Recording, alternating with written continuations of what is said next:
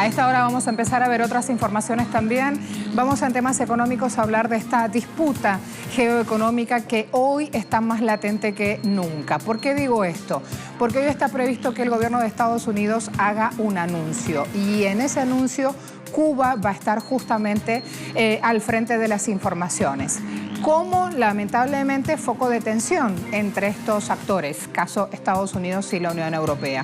Está previsto que Estados Unidos anuncie la reactivación de medidas vía la ley Helms-Burton. Ya le vamos a contar.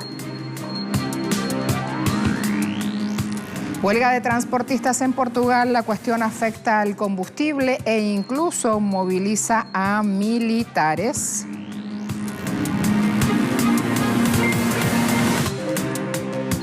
Tema de hoy para analizar en nuestro espacio Expediente Económico, desigualdad de género.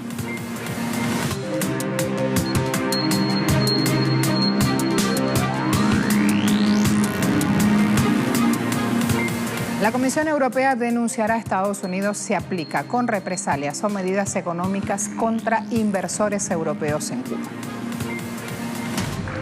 La Comisión Europea advirtió mediante una masiva al gobierno de Donald Trump, con una denuncia ante la Organización Mundial del Comercio, si se confirma la intención de la Casa Blanca de reactivar acciones contra empresas europeas con inversiones en la isla.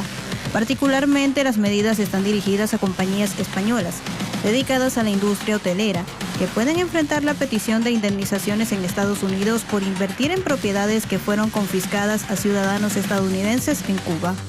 En la carta dirigida directamente al secretario de Estado, Mike Pompeo, la Unión Europea afirma que recurrirá a todos los instrumentos a su disposición, incluida la cooperación con otros socios internacionales para proteger sus intereses.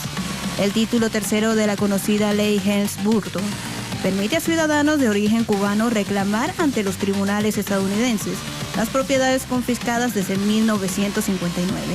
Sin embargo, la presión de Bruselas evitó su aplicación por el impacto que representan las sanciones estadounidenses contra cadenas de hoteles españoles. El sector administra el 71% de las habitaciones de hoteles en Cuba, en manos extranjeras, y posee una inversión por 300 millones de euros anuales. La administración del presidente Mauricio Macri en Argentina promete nuevamente medidas para contener la inflación en el país. Inflación que aumentó durante el mes de marzo 4,7% respecto a febrero y acumuló un incremento del 11,8% en el primer trimestre del año, según el Instituto Nacional de Estadística y Censos. Además, el índice de precios para los últimos 12 meses se elevó a 54,7%. Alzan los precios del consumidor, se dan en un contexto de recesión económica, caída del 2,5% del PIB en el año 2018 y un fuerte ajuste solicitado por el Fondo Monetario Internacional. Frente a este escenario, el presidente del Banco Central asegura que se controlará la situación sin intervenciones en el mercado. El Banco Central va a fijar hasta fin de año los límites de la zona de no intervención en el nivel de hoy, ¿sí? Es decir, el 16 de abril. Esto quiere decir que los límites de la zona de no intervención pasan a ser el límite inferior 39,75 y el límite superior 51,45. Mientras tanto, ¿cómo pueden los argentinos luchar contra la inflación? Compro nafta para el transporte que trabajo y cada vez está más cara y eso me condiciona los gastos para otras cosas, igual que los impuestos.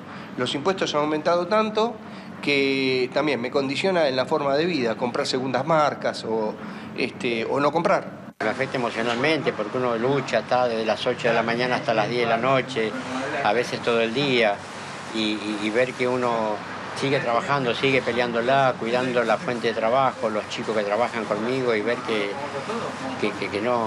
no mejora, ¿no? Que no mejora para nada la situación económica. Mientras tanto, uno de los candidatos presidenciales argentinos, recuerden que este año hay elecciones en ese país, Sergio Massa, ha dicho que va a renegociar un acuerdo de financiamiento con el Fondo Monetario Internacional si logra ganar en esas elecciones. El hoy candidato presidencial dijo que si gana la contienda electoral de 2019 hará un acuerdo de financiamiento con el FMI por el préstamo de 56.000 millones de dólares. El propósito es bajar los recortes que han afectado al sector público y han ocasionado el desplome del pleno empleo en el sector industrial. Recordamos que el préstamo del FMI afectó la popularidad del presidente Mauricio Macri.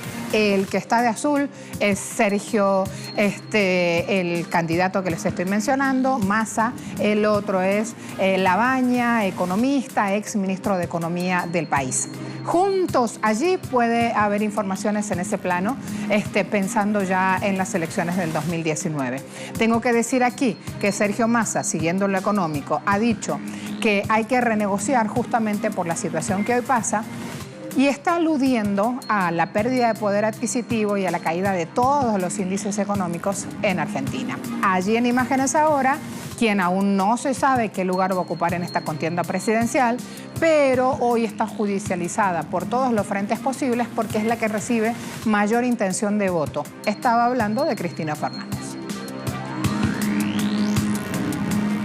Vamos a revisar opiniones de los ciudadanos sobre esta situación económica argentina. Lo vamos a hacer aprovechando las redes sociales. Aquí tienen a Mariano Kestenboy. 54,7% fue la inflación interanual, dice él, según el INDEC. Son 31 puntos porcentuales más que lo que había en noviembre del 2015, según estadísticas del gobierno de Cava. ¿Y qué pasó? Uno dice, después que leyó esto, bueno, él tiene la frase final. Pasó, cambiemos. Cambiemos se llama la alianza política que lleva a Macri a la silla presidencial. Catalina, licenciada en Economía, publica en su cuenta datos económicos sobre el salario mínimo vital y móvil de Argentina, comparando el primer gobierno de Néstor Kirchner y la administración de Macri. Aquí lo tienen. Inicio del gobierno de Néstor Kirchner, $128. Inicio del gobierno de Cristina, $310. Fin del gobierno de Cristina, $607. Actual salario mínimo vital móvil actual era Cambiemos, $292. Y ella, como buena economista, cierra el concepto en Twitter preguntando, ¿se entiende ahora el concepto de licuación salarial por devaluación?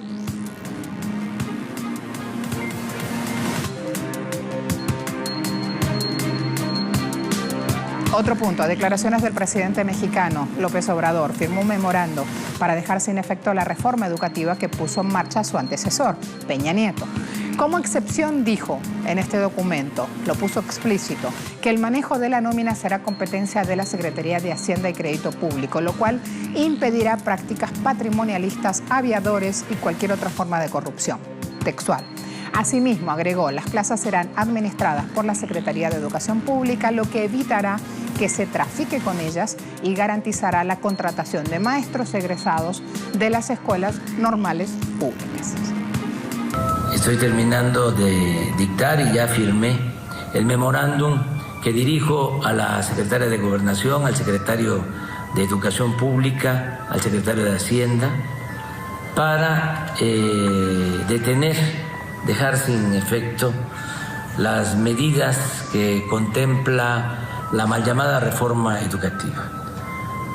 Todo esto mientras en el Congreso se resuelve lo de la reforma a la Constitución, a las leyes, para garantizar la educación pública, laica, pluricultural, gratuita, de calidad, en todos los niveles escolares. Y estoy aquí recomendando que se reinstale a los maestros cesados, que se libere a los maestros y luchadores sociales que están injustamente encarcelados.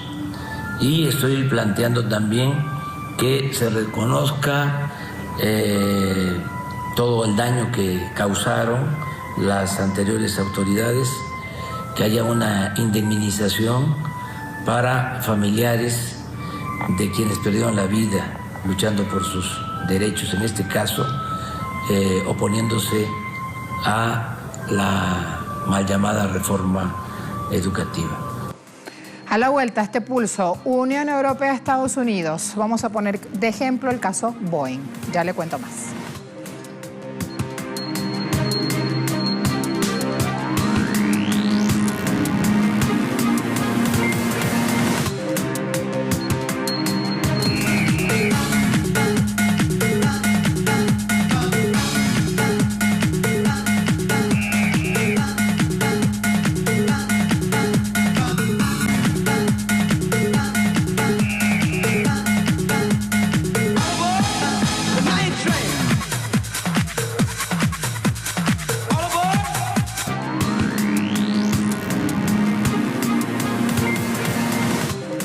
Unión Europea amenaza con 12.000 millones de dólares en aranceles a Estados Unidos por los subsidios. Así lo dio a conocer este miércoles una amplia lista de productos fabricados con el gobierno de la Casa Blanca, desde cera de abejas a automóviles también está ahí.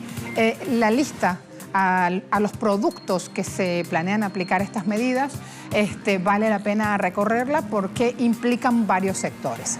Se van a establecer en represalia por los subsidios a Boeing, ya que una guerra comercial transatlántica corría el riesgo de volver a estallar. Mediante un comunicado, Cecilia Malmström, comisionada de Comercio de la Unión Europea, expresó que las empresas de esa región deben competir en términos justos y equitativos y que seguirán, por esto, defendiendo la igualdad de condiciones para sus industrias. La disputa comercial entre Boeing y Airbus ha continuado durante 14 años, situando a la Unión Europea y Estados Unidos como actores principales, acusándose mutuamente ante la OMC de repartir ayudas estatales ilegales desde la década del 90 a sus respectivos campeones aeronáuticos.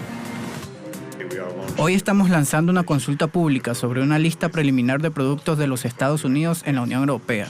Puede tomar contramedidas en el contexto de esta disputa.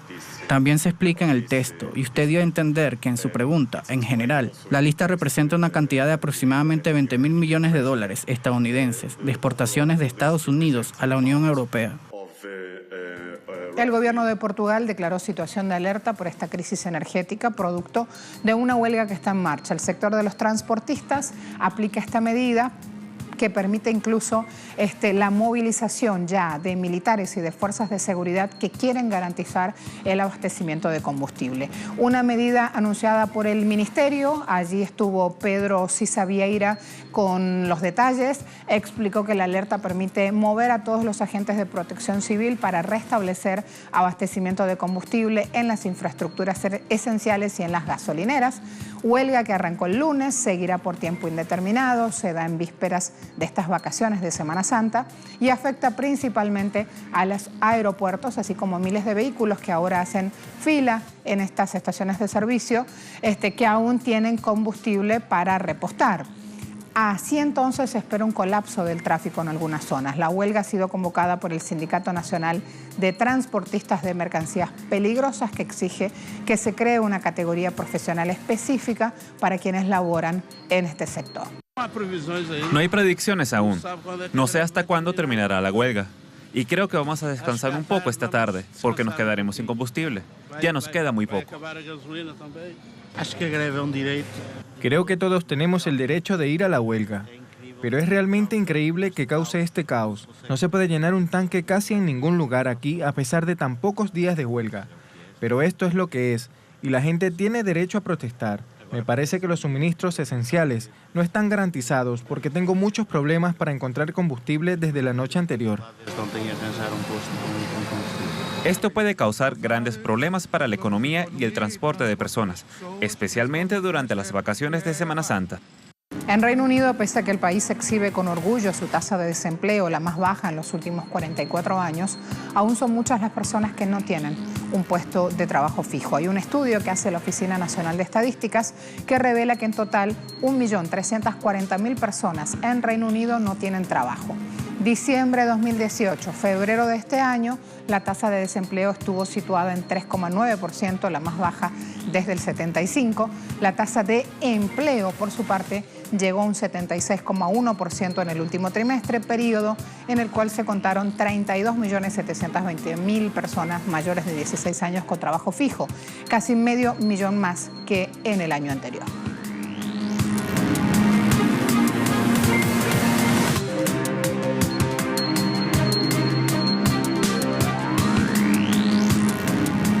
La OCDE alerta sobre los riesgos que supone para la economía de Japón el envejecimiento de su población. De acuerdo a un informe, si para el año 2017 el 50% de la población en edad de trabajar tenían 65 años o más, para el 2050 se estima que ese dato se dispare hasta el 79%, por lo que si no se aplican una serie de reformas, Japón seguirá perdiendo mano de obra disponible, hasta reducirse en 20% en el año 2050, según las previsiones de la Organización Internacional con sede en París. país. Ante esto, analistas prenden las alarmas. Entre las ideas de medidas está la necesidad de revisar la edad obligatoria de jubilación.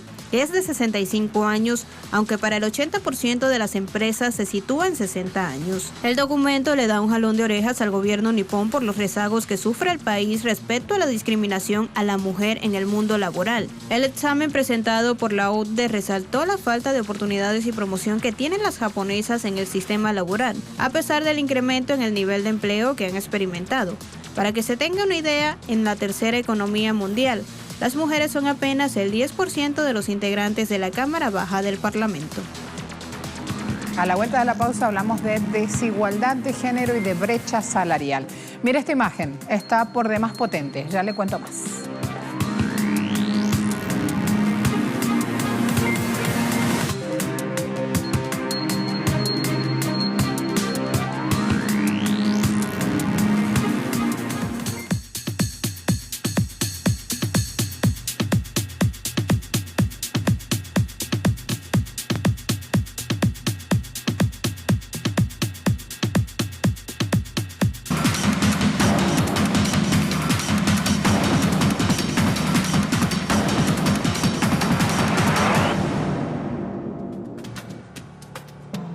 Vamos a ver, durante mucho tiempo la economía ha sido considerada como una ciencia diseñada y ajustada para los hombres.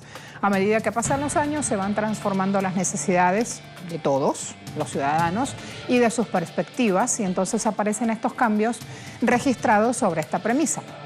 La sociedad hoy está viendo con mayor frecuencia mejoras significativas en términos de participación de las mujeres, pero aún hay que decir que falta mucho camino por recorrer. La equidad de género, también en lo económico específicamente, es todavía un gran reto. Mire los datos que comprueban esta situación. El mundo en el que vivimos se caracteriza por sus marcadas desigualdades.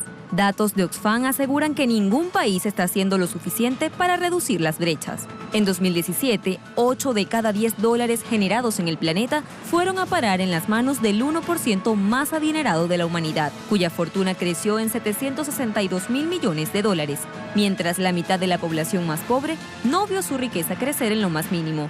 Disparidades que incluso alcanzan temas de género. En 1997, en América Latina, el 15,8% de los hombres no tenía ingresos y las mujeres sin ingresos alcanzaban al 47% de la región.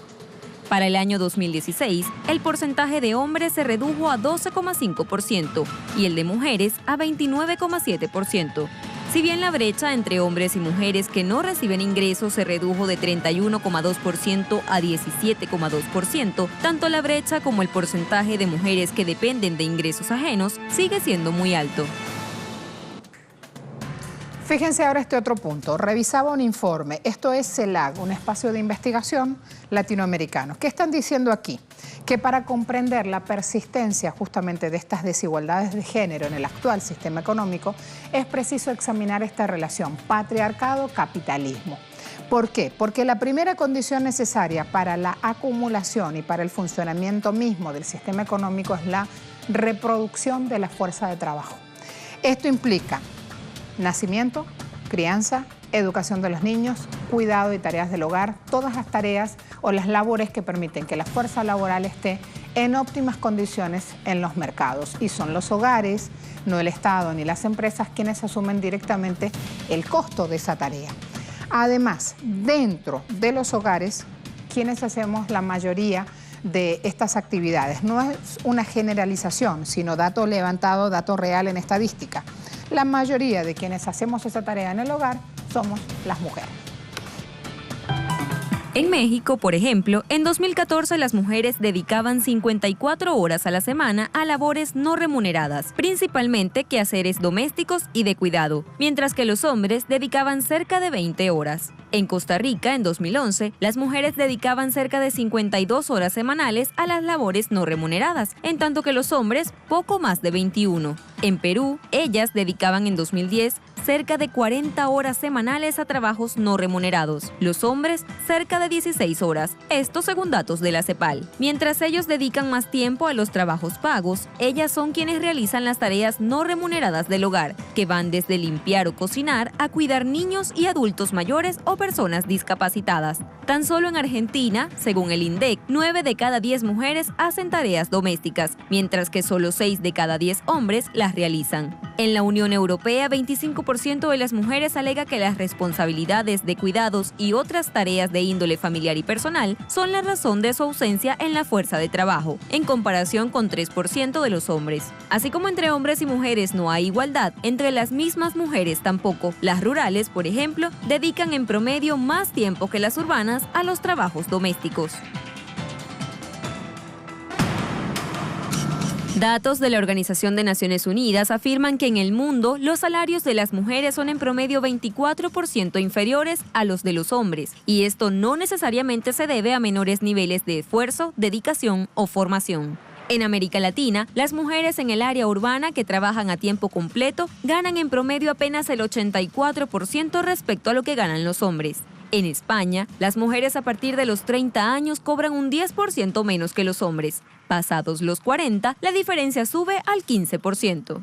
Según el Informe Mundial de Salarios 2018 de la Organización Internacional del Trabajo, el ingreso mensual de una mujer peruana es 21,2% menor que el sueldo de un hombre. Una brecha que también se hace presente si lo trasladamos al tema de la maternidad. Una mujer peruana con hijos recibe un salario con 12,9% menor que otra que no es madre, mientras que el hombre peruano con hijos recibe un sueldo 5,9% más alto que aquellos que no tienen niños.